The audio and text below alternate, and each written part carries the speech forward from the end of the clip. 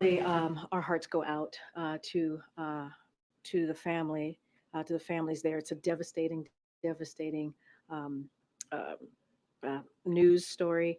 The president obviously is just like everyone else is paying close attention and saw those reports. I don't have anything else to add. Obviously, the investigation continues, and we are willing to assist in any way. I just don't have anything else beyond that. What is his level of concern right now about the potential rise of anti-Semitism in light of everything that's going on in Israel? So, a couple of things. Look, we have not.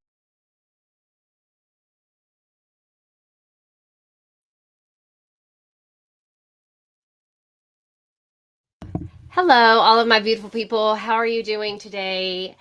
My name is Tracy Lee, and you are at the Alternate Point of View. So, I want to talk about Samantha. I want to talk about Samantha Woll. She is the Jewish synagogue leader who was stabbed to death in her home.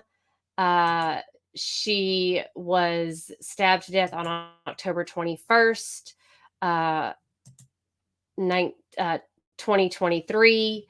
This is the final image of her that one of the final images of her at a wedding that she attended. This is the last night that she was alive. So, uh, this was October 21st, 2023, which literally was just 8 months ago. Okay.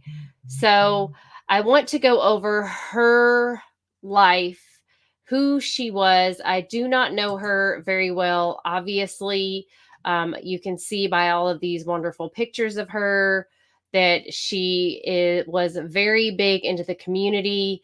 She was very big into her synagogue. She was the president of her synagogue. She was into politics. She was a Democrat, I believe. She supported uh, many things, a lot of things, obviously, I don't agree with her on, but she was a very integral part of the Detroit community. She was a very integral part of the Jewish community. She was a very integral part of Detroit and supporting community activities, community programs.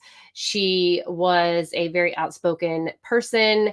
She was doing very well in her business life, in her work life, in her political life. She was 40 years old. She was beautiful. She had a beautiful, bright smile. And what happened to her on October 21st, 2023 was absolutely awful. She was attacked in her own home, and she was stabbed 8 times. And according to a lot of the testimony, which is very kind of different, because there's a lot of people involved in this investigation, a lot. You have troopers, you have detective sergeants, you have FBI, you have so many irons in the fire for this investigation. And it makes you wonder how in the world they came upon the person that is sitting on trial right now. So I do not in any way want to diminish the person that Samantha was, the person that she became, the type of people that she impacted. I believe that she was a good person, and she obviously was a good person, and she obviously trusted way too easily and way too much, because from what we're finding out in the trial, she left her door unlocked. She had a key lock that was available to anyone she gave the code to. So pretty much she trusted a lot of people. She had an alarm system, but she rarely had it on. And a lot of people knew that. And I just feel like, because she was such a nice person and so trustworthy, living in downtown Detroit, near the Highland Park area, from what I understand, off of Joliet, which is where this occurred. This is where she lived. And what we're looking for, what I am looking for, is just justice. I know that everyone wants this case to be solved overnight. I know everyone wants the person who's on trial to be guilty But we have a justice system in America that innocent until proven guilty beyond a reasonable doubt. And since I have been following this trial, I haven't seen where in the world they came up with the defendant that they came up with, other than his phone pinged, which I'm sure a lot of people's phone pinged in downtown Detroit at that night. And because I find it very strange, because the ex-boyfriend uh, confessed to killing her and tried to claim that he was having a manic episode and that he had overtaken some anti-depression medication. But we are going to get into more detail on the kinds of medication he was supposedly taking. And we are going to get into detail on how he got immunity in order to testify on the stand, which is very, very strange that you would give immunity to the person that you barely investigated, by the way. He was cleared within 3 days of giving this confession. And they literally put hours upon hours, weeks upon weeks into investigating a young man that was walking the streets of Detroit, apparently. Who knows? When you see some of this surveillance video throughout these series that I'm going to be doing, you're going to be wondering, like, who the heck are we looking at? And how do you even know it's the same guy? Because all you see is a circle that they put in the video. And you're going to see this video that the police department and the FBI made themselves. They edited and cut and copied and pasted this video together, because this is hours upon hours of video in downtown Detroit, which, by the way, is nowhere near her apartment. None of the cameras around her apartment worked, apparently. None of the cameras that could catch anything that happened around her apartment worked at all. So all they have are cameras that are in downtown Detroit. They don't have the suspect on camera continuously, so they can't tell where he was when he was in and out of view, if it's even him.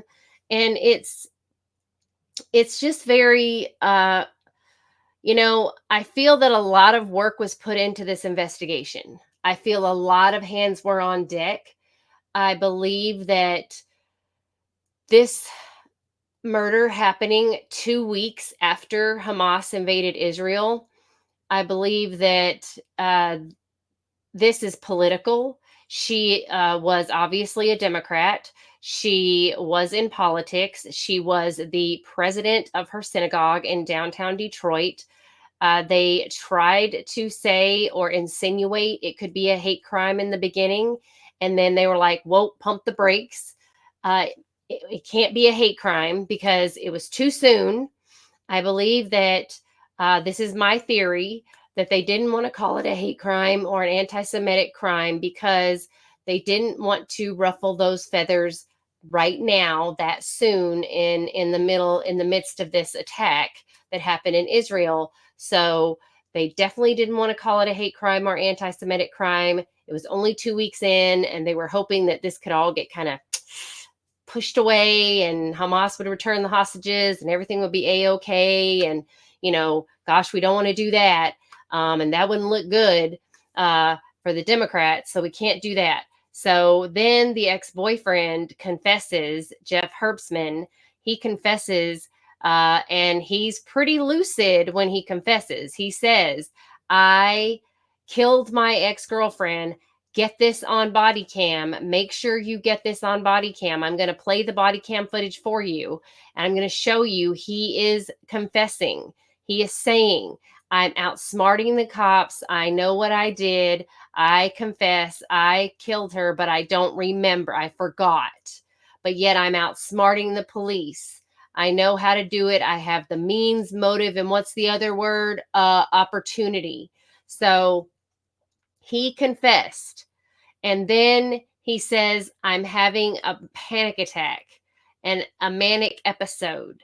He's putting out all these words and he's setting it up. He's setting up the whole situation so that he can look like he's crazy.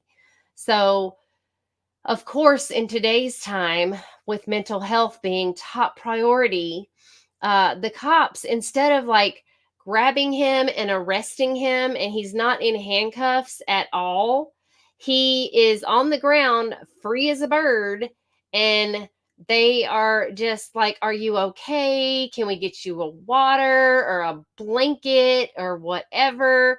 I'm like, dude just confessed to killing his girlfriend. And all of you are like, "Are you okay?" What? I know no one who had been pulled over and had called 911 on themselves and said they were a danger to other people. "I'm afraid I'm going to kill someone else." That's what he said. And you are just letting him sit there, hands free, everything's free, he's fine and dandy. "Oh, I patted him down, he's good." What are you talking about? There is something wrong. There's something wrong. So they cleared him within 3 days. Okay. He got on the phone to call his parents and said, "Hey, call that lawyer." Did his mother ask him, "What are you in jail for?" No, because mama already knew.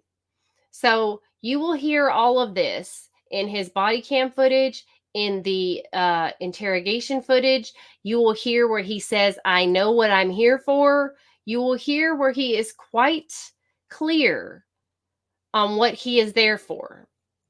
You will hear that he does not get investigated because his cell phone apparently never left his house the night of the murder. So they ended it there. There was no data to put him at her house, and there were no cameras to see him. So therefore, they could not place him at the scene. So he obviously was having a manic episode and gave a false confession. Okay, that's what we're going with. Because why? Because Jeff Herbstman is the ex-boyfriend, Herbstman, whatever, is the ex-boyfriend, and he's Jewish as well. We can't have Jew-on-Jew crime. I'm sorry. I said it. It's the Israel-Hamas war. Yeah, we can't have a Jew killing a Jew right now. That would look bad. We can't make it also look like anti-Semitism right now. It's only 2 weeks after that happened. So that would be bad. Oh, crap. And it's an election year. We can't have this happen right now in the Democratic Party. Our president already looks like losing his mind, and we're already trying to figure out how to dig ourselves out of that hole. So this case got national attention when it happened. National. Crazy national attention. Do you know the trial is going on right now? And not one single national news station has mentioned it. Not one. Law and Crime doesn't talk about it. Court TV doesn't talk about it. Nancy Grace isn't talking about it. CNN, ABC, Fox News, nobody's talking about this trial of a Jewish synagogue president who was a politician and worked on campaigns, who was killed in her home 2 weeks after Hamas invaded Israel. That's not a hate crime or an anti-Semitic crime. Instead, a black guy is on trial who happened to be in the area that night, and his cell phone pings in the area using kind of the same towers in the area. So they went through all the trouble of finding video of a guy that looks similar to him that matched the cell tower pings, and now he's on trial. So let's look at where in the world this ex-boyfriend testifies in court who has immunity. But first, I want to show you his 911 body cam footage where he is admitting that he killed his ex-girlfriend.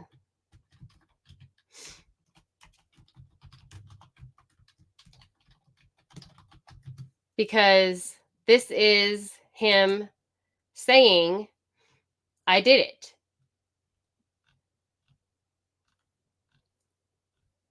And they release him 3 days later. Apparently, he is also on the House committee. He has friends that are judges.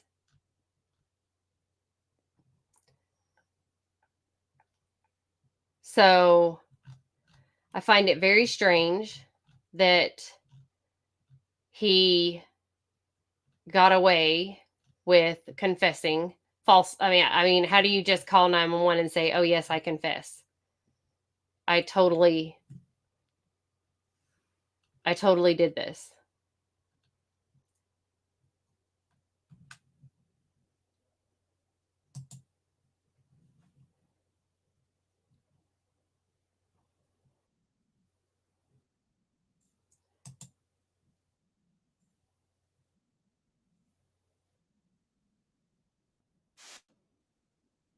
I'm going to show you the 911.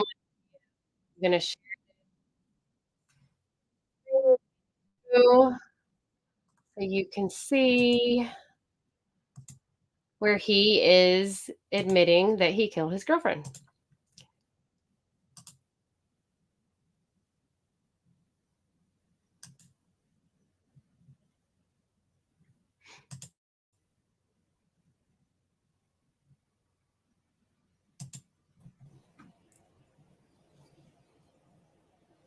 And for the record, publishing Exhibit 28 at this time.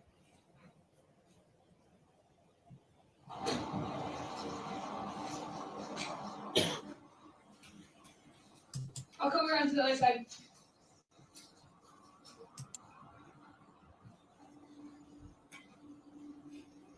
Hi. Can you open the door? She's so Can nice. you open the door for me? I know, I'm in trouble. No, you're okay. What's going on? You can stay in the car if you want. No. What's going on? Wait, so you like to enter? Turn on your body cam, please. Yeah. I'm just recorded. What's going on, sir? What's your name? I don't remember anything. What's your name? Jeffrey Herbstman. Jeffrey, are you from Kalamazoo? I'm from Detroit. Okay. What brings you over to Kalamazoo tonight? I work at Stryker. Oh, okay. What do you do at Stryker?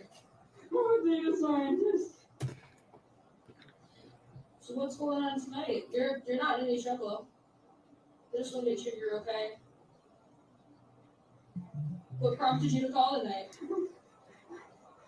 Do you have any weapons or anything on you? No. Okay. No, there's a knife in the car. Okay. Like a pocket knife or what's your knife? Like a pocket knife. Okay. No weapons on you or any knives or anything on you right now? No. Okay. Do you mind if I check real quick? I'm just gonna pat you down real quick. Okay. I appreciate it. Like I said, you're not trouble. I just want to make sure that we're all safe, you know? Alright. I'm ready to shut your car door here. So what's going on today? What are you what's going through your mind right I'm now? having a panic attack. Okay. I'm convinced that I may have murdered my girlfriend and I don't remember it. Where does your girlfriend stay at? She lived in Detroit. Okay. What makes you think that you killed her? Because I have the motive and I have the opportunity. I may be trying to outsmart people.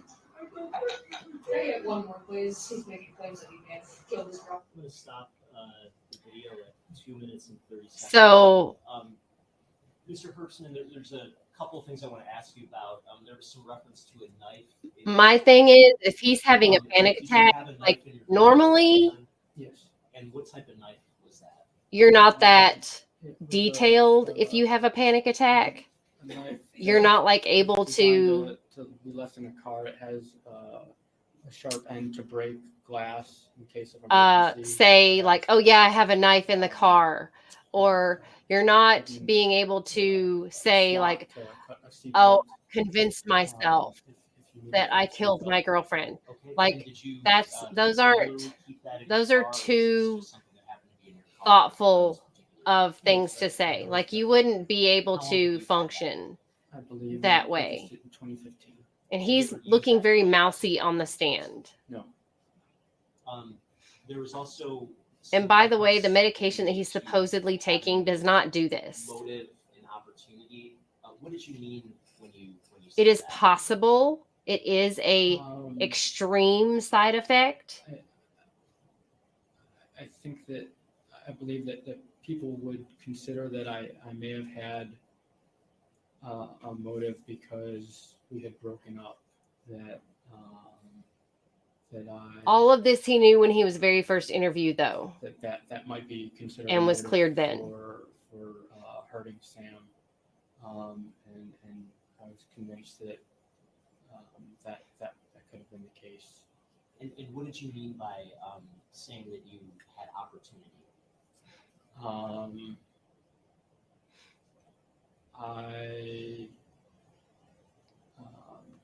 As I had told the police previously, I was alone that night. I didn't have anybody else to corroborate the fact that I was by myself in my house.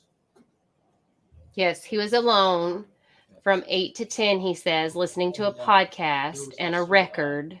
A reference to something about potentially outsmarting people. Do you remember saying that? And there's no tracking on What did his you phone. think, when you said that?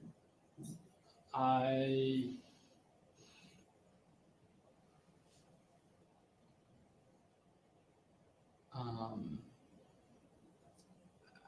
think that I was trying to explain how, in the absence of my recollection and I'm going to have to speed this up because it takes too long. He is like, that I had had ever committed this crime, that I could have done so. I was trying to figure out what had happened. I was trying to rationalize it in something in my head that was, there were all kinds of irrational thoughts going through my brain at that time, and I was trying to rationalize what was going on. And these sort of thoughts about feeling like you had motive and opportunity and trying to outsmart people, did you have those thoughts at any other time other than on this day, November 7th? No. And okay, that's another thing. No. Did you actually do anything to try to outsmart the police or anything like that? No, I tried to get help.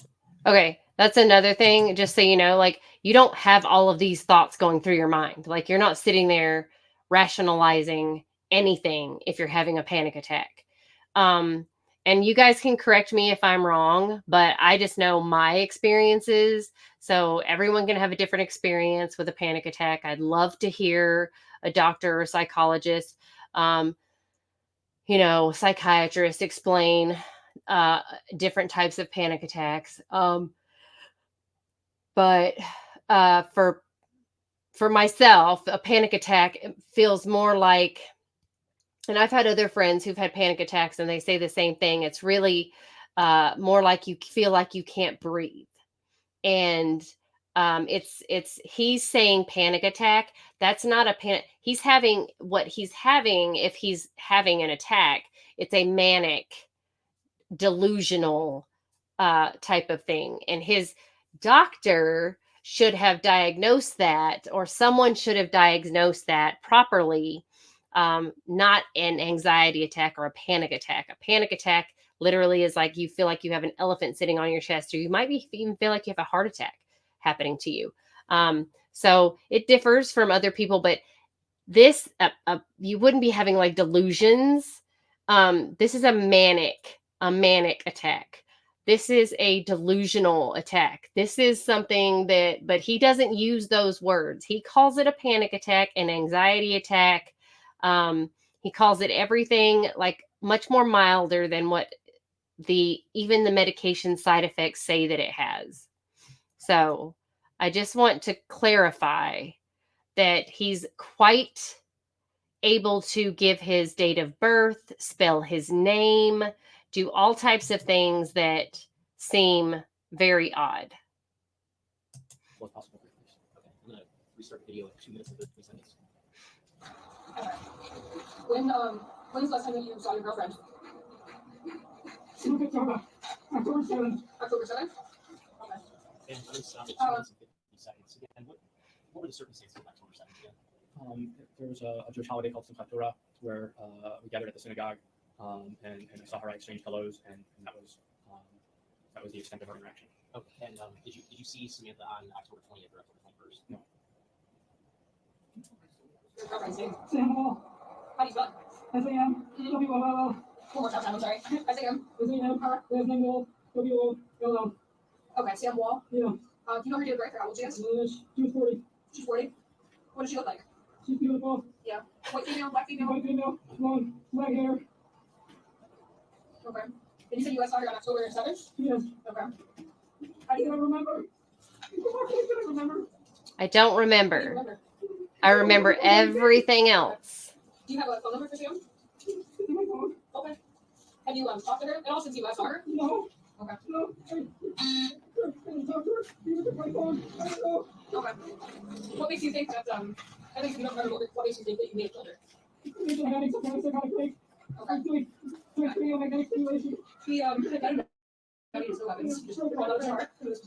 He's able to describe what type of medication he's on, what type of 9 seconds. care he's been There getting. was some reference to you not remembering. When you said you didn't remember, what did you mean by that? That I had no recollection of killing Sam. That I He recollects everything else. I convinced myself that I had done this act, but I could recall nothing of it at all. And so is it that you couldn't remember the events of October 20th and October 21st, or that you just couldn't remember anything about actually harming Sam? The latter. As I told the police on October, I believe October 22nd, I had full recollection of what I was doing that night. In that case, but it just on November 7th, I couldn't remember killing Sam, and so I was that's what my statement meant. And there was a reference that you made about potentially having a psychotic break and something about transcranial magnetic stimulation. Is that the right phrase? Yes. And can you explain to the jury what you meant through sort of those words you spoke on that issue? Again, I was trying to justify what was happening to me. It had never happened before. I didn't understand what was going on. Why I was thinking these thoughts. In addition to taking the medications that we've spoken of earlier, over that summer, I had undergone a medical treatment where you receive pulses of magnetic stimulation to the brain in order to try to relieve the depression that I was feeling. It didn't relieve any of the symptoms. I basically ended that in August without any relief of the symptoms. Again, I was trying to point to anything that could be causing how I was feeling at that moment, because it was No person who's going through something like that is going to be able to do that. Like sit there and go, oh, it must be this. It must be this. Like several months, I believe, you're in so much of an attack. During that time, did you have any kind of symptoms that you experienced consistent with a psychotic? He's basically diagnosing himself and giving reasons, Yes. And after that time, and they fell for it. experienced any symptoms consistent with psychotic break? No. I'm going to resume the video at 4 minutes and 29 seconds. He doesn't Detroit. He's just having a panic attack and thinks he's having a psychotic break. He's just having a panic attack. Jeffrey, where did this happen at? 1866. Well, yeah.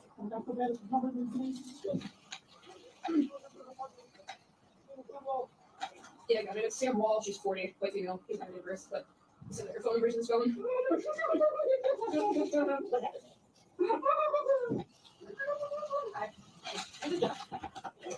From Detroit. All because he's having a panic attack because he may have killed his girlfriend in Detroit. But he does not remember. So that's where we're at. He might be nice about it. Jeff, I've had him down to 10-11. What do you for Anthony?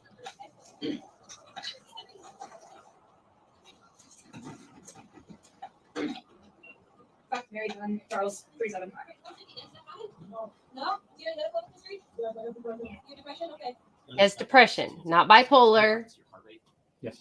And is a heart rate of 150 beats per minute something that you would experience in sort of normal state of mind based on your experience? No, that is abnormal for me. Resume at 6 minutes and 28 seconds.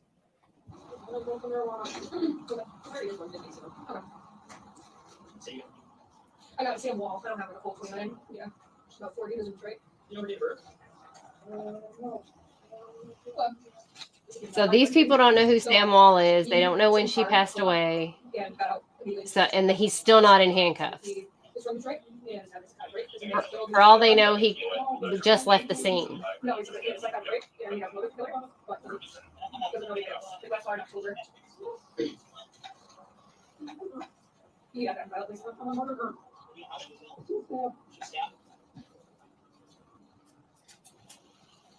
And I'm going to stop at 7 minutes and 42 seconds. Sir, how is it that you learned that Miss Woll was stabbed? I read it in the news. Resume at 7 minutes and 42 seconds.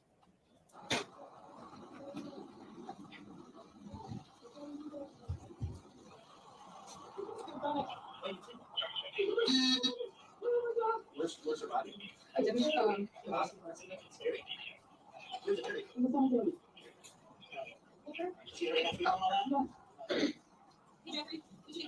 yeah, that's what I did too, yeah.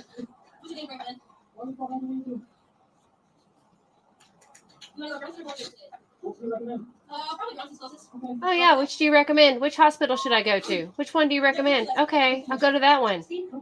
See, no person So, who's confessing to killing his ex-girlfriend is like, sure, which hospital should I go to? Not having a psychotic break.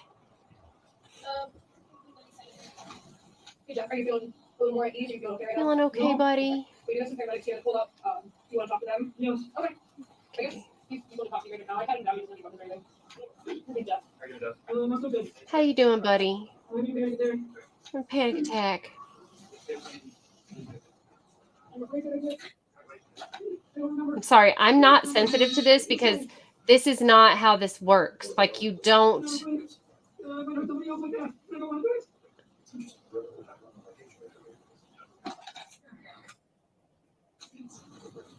Give me a Jeff. No, this one, she's sitting on the knife in the car. Is the knife in the car? What was used to stab her? I don't remember anything. Do you mind if we search your car? Yes, the knife on the left for one. So we have your permission? Yes. You want these? He knows everything. His allergies, his date of birth, how to spell his name. He knows her name, her address. He knows everything. But when it comes to asking him questions about what happened, I don't remember anything. I don't remember anything. I'm having a panic attack. I'm having a panic attack. It's really, really, really convenient. This is literally setting up his defense. Because he knows what he did. If he didn't do it, this is... Because there's a lot of suspects. I'm not just saying that this is abnormal behavior. Don't get me wrong. And this does not help him. But there are a lot of other suspects. He's just a very, very good one that they have given immunity to, that anything he says on the stand cannot be used against him. However, if any evidence comes up, and also things he hasn't said on the stand, can be used against him. I'm going to stop at 12 minutes and 53 seconds. And skip a couple minutes to, well, less than 15 minutes and 18 seconds.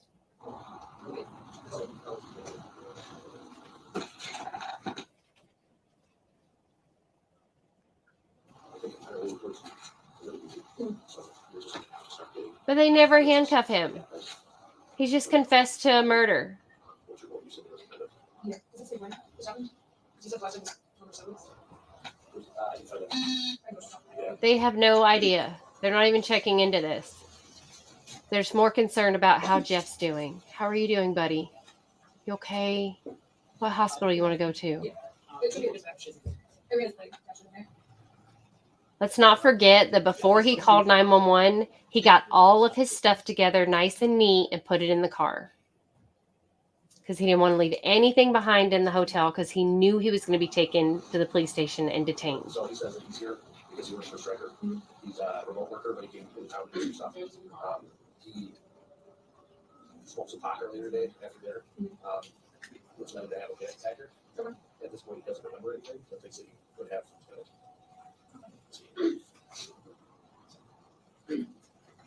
Do you know, is it a lie? Do you think that you might have done this?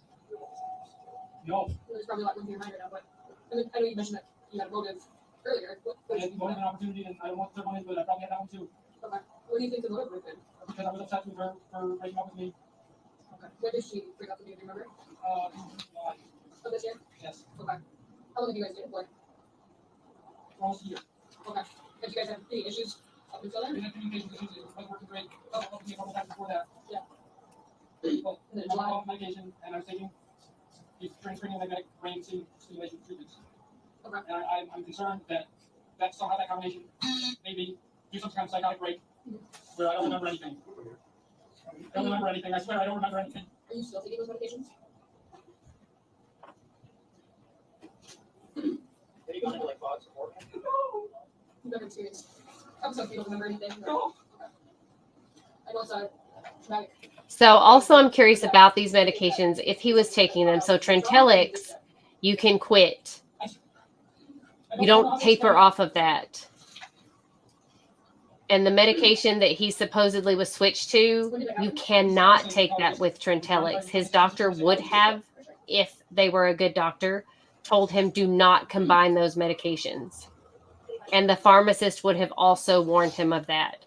But he did have 15 different pill bottles in his house when they searched it. So whether or not Jeff followed those prescription rules is another thing. So, and also we're only going off of what he says. He says he was weaning off Trintellix at the end of October and starting the new drug at the beginning of November. We don't know that's a fact because that's just what he says.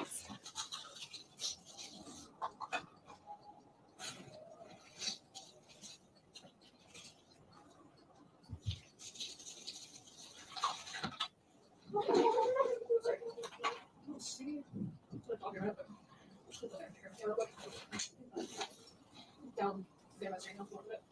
I'm gonna try this with those.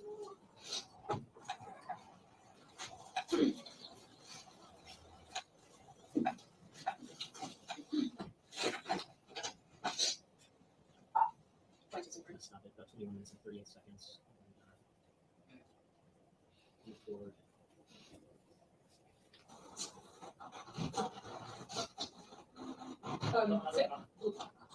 So they never handcuff him. Resume 26 minutes and 10 seconds. Go look at downstairs, back in Detroit. No, she's amazing. They're in New Zealand. Oh, yeah.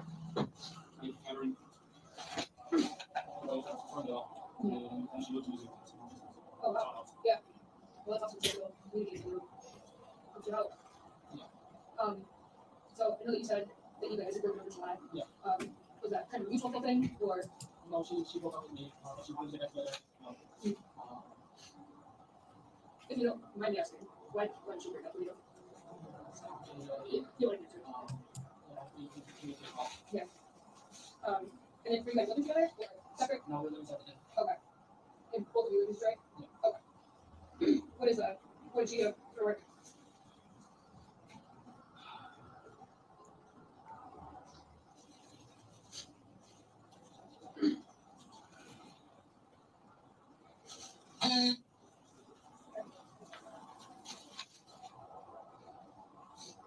Can you say Fort Wayne Hotel? Yeah. What's your name again? Jeffrey Herbstman. Who's my last name? HRB. RB? See, when it comes to talking about her, he doesn't talk about her. And we're gonna stop between. He just stops talking about At her. some point during this interaction, did you have a phone with somebody else? Yes, I was on the phone with my psychologist. And what was the reason for getting on the phone with your psychologist? So earlier in the room, in the hotel room, I had texted her saying that I was freaking out, and she was in session with somebody, so she wasn't available to speak with me, but said that she would call me back when she was available. Okay, and did she call you back when you were out there with the police? That's correct. Okay. And during this sort of latter part of the video, at approximately the 28-minute mark into exhibit 28, is your frame of mind changed at all compared to how it was originally when you placed the 911 call? I believe that some of the feelings of panic have lessened.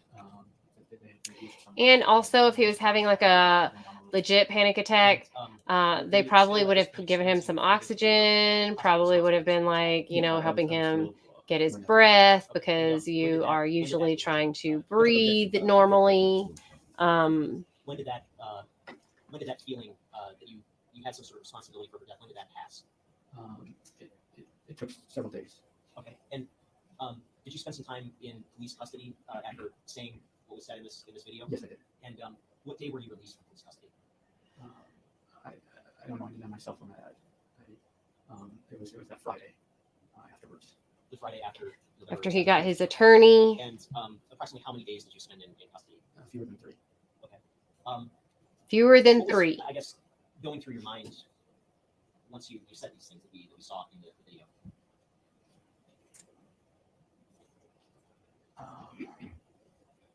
I'm not sure how to answer that question. I was in a panic. I was afraid that I had done something terrible that I couldn't remember, and I didn't understand what was going on. It was yeah, I believe now it was the product of an adverse reaction to a medication, and that causes delusions.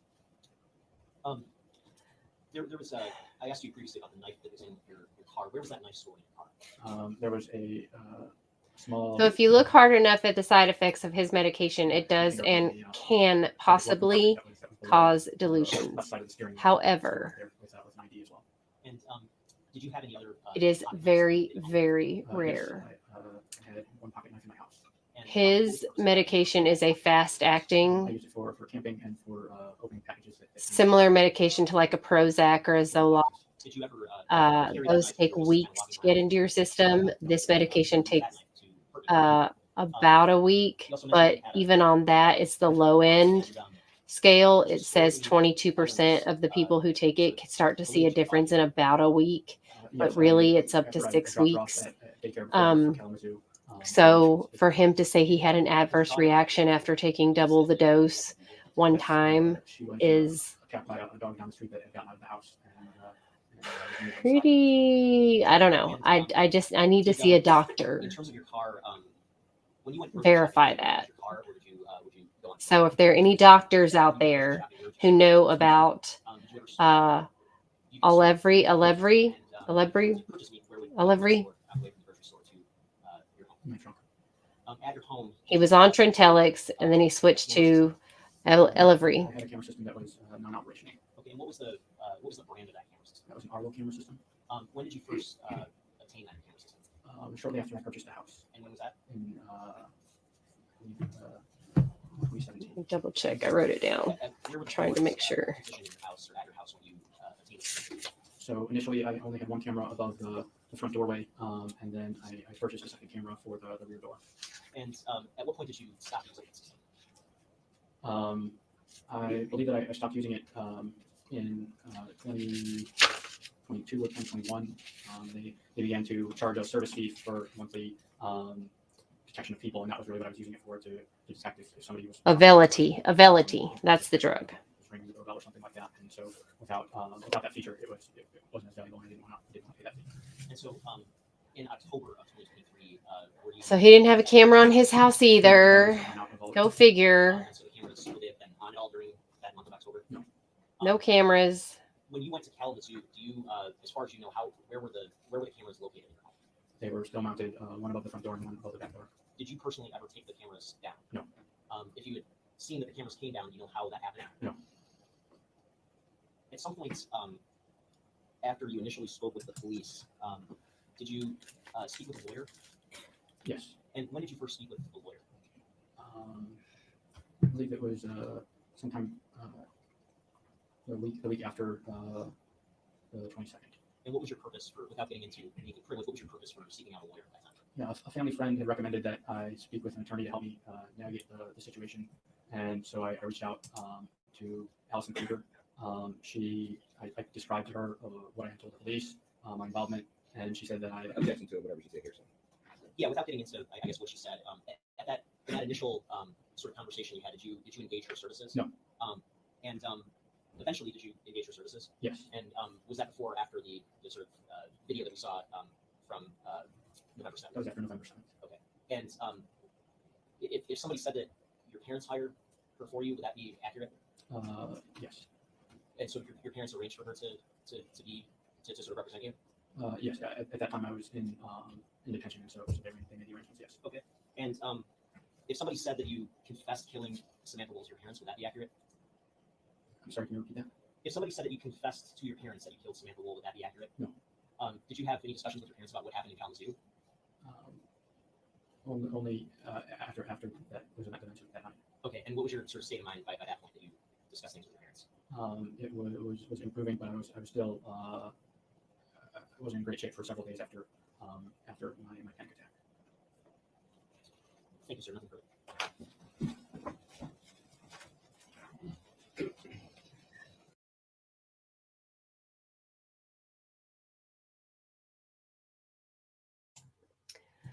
Okay, so that was the prosecution going over his testimony where this is Jeffrey Herbstman, the ex-boyfriend, where he confessed. The prosecution gave him immunity. They showed the video where he confessed on 911 and to the police, who never put him in handcuffs, who were way more concerned about his, are you okay? He's having a panic attack. Let's make sure he's all right. Most people who confess to murder would be grabbed right away and put in handcuffs. I'm pretty sure. If anyone has any doubt about that or any other opinion about that, please let me know in the comments, because I'm just curious as to how many people would be allowed to just sit on the ground with their hands free after confessing to a murder. Just wondering. Also, the reason why I'm going to continue to do parts of this court testimony, continue to talk about Samantha, continue to talk about my theory on this case, and continue to highlight Michael Jackson Bolanos, who is the one on trial, is because the case got national attention for like a week. It was a blip because of Hamas attacking Israel on October 7th, 2023. And then when they realized, holy crap, we can't have this in the narrative, I really truly believe that they have brushed it aside, because I watch a lot of trials. I recap a lot of trials. I do lives on a lot of trials. And one of my viewers turned me on to this trial, and I was shocked because I hadn't heard of the trial, but then I remembered when I was looking it up, it rang a bell, because this trial was national attention. And now it's like radio silence. And why is it radio silence? Because it does not fit with the Democratic narrative. Because we are right now in some of the highest racial tensions we've ever been in. And you have a black man on murder, on trial for murder, for a crime that they can't 100% prove that he committed. Could he have been a suspect? He was in the area. There is proof he was in the area. He does have a criminal background, but he's not a murderer. He wasn't really doing anything in any of the videos, if that was him in the videos. He's just walking around a lot, like he got his steps in, okay? His cell phone is pinging off multiple towers in downtown Detroit, as I'm sure a lot of people's cell phones are pinging off in downtown Detroit. But the way they isolated the video of just him, it looked like he's the only one hanging out in downtown Detroit on a Friday night. So also the fact that they cleared all of the guys, like when we go through all of the guys that her best friend, who you wouldn't want to have, because who needs a best friend like that? Or who needs enemies when you got a best friend like that? He threw every dude she knew under the bus to be investigated. Okay, so we got lots of guys to go through. So she was living her single life, all right? And there is nothing wrong with that. But he put a bunch of dudes as possible suspects. So you're talking, you have all of these guys in and out of her apartment, and you focused on Michael Jackson Bolanos. That's what happened. Not the ex-boyfriend who confessed to the murder, not one of the 12 guys that you put up for possibly someone to look at, including should be yourself, since you seem to know so much about her love life. So I'm just curious, as we continue through this series of Just Justice for 136 Joliet. I'm looking for justice for Samantha Woll, and I'm looking for justice for Michael Jackson Bolanos, because I do not believe that the prosecution has this case buttoned up with a pretty little bow on it beyond a reasonable doubt. And I'm praying every day that the wrong man is not convicted, because it literally makes me sick to my stomach to think that the wrong man could go to prison for the rest of his life, and that the person out there who actually committed this murder could get away with it. And I am hoping and praying, because I don't believe that, from what I can tell, the type of person that Samantha was, that these are the type of situations she would fight tooth and nail for. This is the type of thing that she would really, really not like. Like, she would not like for an innocent man to be put on trial for something they did not do. And she for sure wouldn't want someone who's innocent of her murder to be put on trial. So I'm hoping that the community in Detroit can see. I'm hoping that someone will see this trial and pay attention to it, get out there, say something about it, do something about it. Please get the word out. We are showing this trial on the alternate point of view every day that it is on, because I am not going to miss figuring out a way to get this trial out there. No major stations are talking about it. Literally radio silence. So every day I'm going to go over a testimony. We're going to figure some things out. We have questions. I have questions about this guy. I want to know, was he taking that medication? What doctor gave it to him? You cannot wean off Trintellix and go on to the other medication. That's not how it works. Those two medications highly, highly interact with each other. So I have questions. So every time I do a video, I'm going to add my little 2 cents into these questions. We're going to go over exactly what happened on the night of Samantha's murder. We're going to go over some ADT information. We're going to go over her phone information. We're going to go over a lot of things so that we can figure out how in the world they came upon Michael Jackson Bolanos. And we are going to talk about alternate suspects, because there are a lot. So stay tuned for the next episode of Just Justice on 1366 Joliet Place. I'll see you in the next video. Kamsahamnida.